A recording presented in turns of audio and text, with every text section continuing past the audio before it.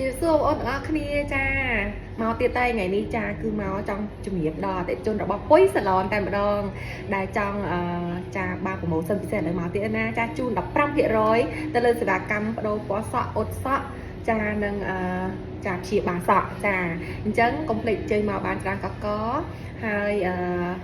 ចាគឺថាពណ៌សក់របស់យើងគឺថាបដូរទៅមុខយើងក្មេងដែរអញ្ចឹងហ្នឹងហើយអញ្ចឹងកុំឲ្យមាន stress អីច្រើនមកពុយសាឡនមកសบายហើយដោយសារខែនេះគឺជាខែពិសេសតែម្ដងខែ3នេះគឺខែជោគជ័យសេរីសួស្ដីអញ្ចឹងយើងត្រូវតែជំរុះអ្វីដែលភាពមកសៅចោលអស់ទៅបដូរអីថ្មីអញ្ចឹងណាចាដល់យើងបដូរហើយវាស្អាតមែនតើហើយអញ្ចឹងចង់ឲ្យនារីទាំងអស់ដែលជាអតិថិជនពុយសាឡនអញ្ជើញមកបានទាំងអស់គ្នាណាមាន special discount 15%ចាអរគុណច្រើនជូនពរចាពុយសាឡនចាមានអតិថិជនច្រើនណាហើយក៏ដូចជាអតិថិជនរបស់គាត់ចាសំណាងល្អទាំងអស់គ្នាផងដែរចាអរគុណ